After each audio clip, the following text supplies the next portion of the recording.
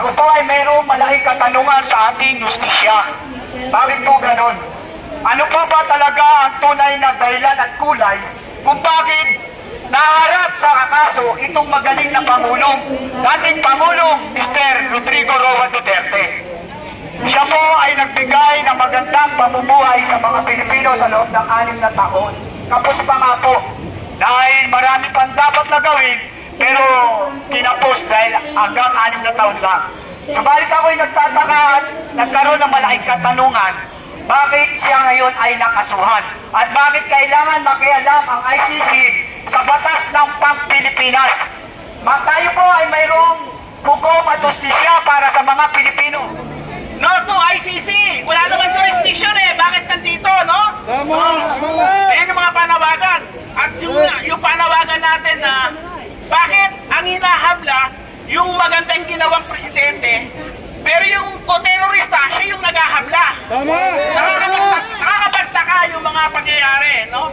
At very timely yung mga nangyayari dahil parang magkakasunod. Kung mapapansin natin, a week ago, pinakawalan si Dilima, nagkaroon ng mga pisto. Ano ba to?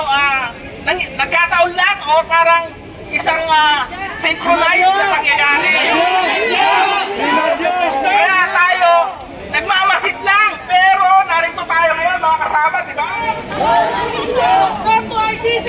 Go to ICC! Duterte!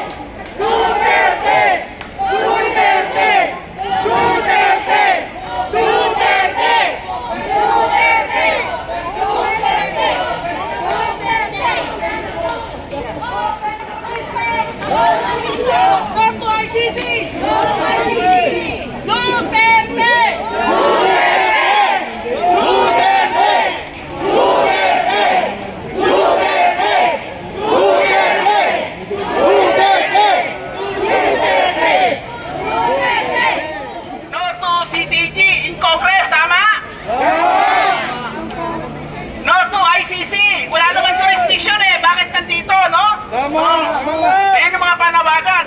At yung panawagan natin na bakit ang hinahabla yung magandang ginawang presidente, pero yung terorista, siya yung naghahabla. Nakakapagtaka yung mga pangyayari, no? At very timely yung mga nangyayari dahil parang magkakasunod. Kung mapapansin natin, a week ago, pinakawalan si Dilima, nagkaroon ng mga pisto. Ano ba to? Nagkataon lang o parang isang synchronized na pangyayari?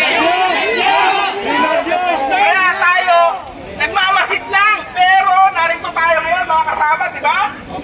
So, sa pagkakataon ito, ako po si Nolan Campo, ang tagapangulo ng Liberals of the Philippines, ay tumitindig para sa Pangulong Duterte.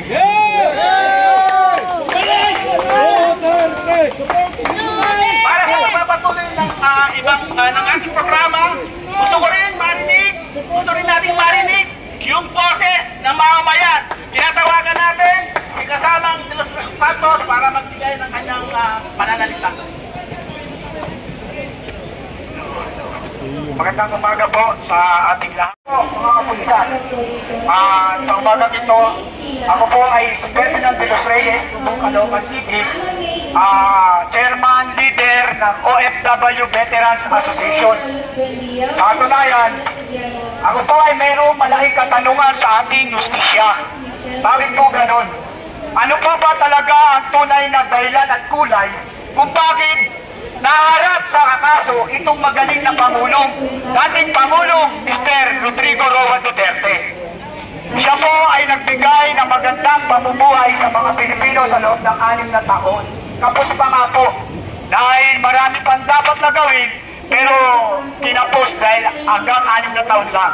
Subalit ako'y nagtataka at nagkaroon ng malaking katanungan, bakit siya ngayon ay nakasuhan? At bakit kailangan makialam ang ICC sa batas ng Pilipinas? Tayo po ay mayroong hukom at justisya para sa mga Pilipino. Hindi po dapat ito interfere ng mga dayuhang mamamayan. Sana po tayo po ay magkaisa mga mamamayang Pilipino na ipaglaban natin ang ating karapatan at kalayaan na mamuhay at magkaroon ng sariling justisya sa ating sariling bansa. Hindi po dapat pumapasok o pinaikialabanan ng ICC ang ating usaping pang-justisya. Ako po may malaking katanungan dito sa justice, dito sa hall na ito Bakit po ngayon ang naharap na kaso ay ang dating Pangulo na napakagaling ng ginawa sa ating bansa? Kung matatandaan niyo po, kalat ang droga nung panahon noong bago siya umupo. At ito po ay kanyang unti-unting nilinis. At naparatangan pa ng extrajudicial killing. At ito po ang ipinaparatang sa kanya. Bakit magkakaroon ng extrajudicial killing samantalang ang mga namatay naman po ay guilty sa kanilang mga kasalanan? At sila po naman ay talagang may nagawang paglabag sa batas ng tao at sa batas ng Diyos. Kaya para sa aking pananaw, hindi po ito dapat inilalagay sa kaso. Pangalawa po, ang ating Pangulong Duterte ay siya po ang author kung bakit nagkaroon ng kapayapaan ang ating bansa. Dahil nilinis niya po ang ating lipunan na hindi niya deserve na siya po ay makasuhan. Mga justice, pakiusap po, pag-aralan niyo pong maigi ang kaso ng ating dating Pangulo na nagbigay ng kapayapaan sa ating bansa. Samantalang ang mga may kaso, sila pa ngayon ang nagkakaso. Sila ang nagbibigay ng kaso sa isang magaling na Pangulo. Nakakagulat, samantalang sila po may kaso sa NBI, may kaso sa Ombudsman, may kaso sa ating lipunan.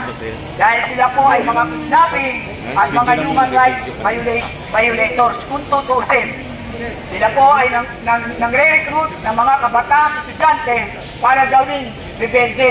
Yan po ay isang malaking paglabag sa batas ng ating family code. Kaya sana po, sa umagang ito, mga mahal na justice, pag-aralan niyo pong maigi ang kaso na hinaharap ng ating dating Pangulong Mr. Rodrigo Roa Duterte. Maging patas po kayo sa batas. Huwag po tayong makikinig sa mga sulsol ng demonyo. Ibigay po natin ang tamang justisya at kung tutusin, hindi po dapat siya nakakasuhan. Maraming salamat po. Ferdinand de los Reyes, Caloocan City. Mabuhay mga taga-Caloocan. Maraming salamat kasamang Ferdinand. Ano po? Tinatawagan natin yung ibang organisasyon na pwedeng magsaan ng kanilang mga kalooban at opinyon sa umagang ito.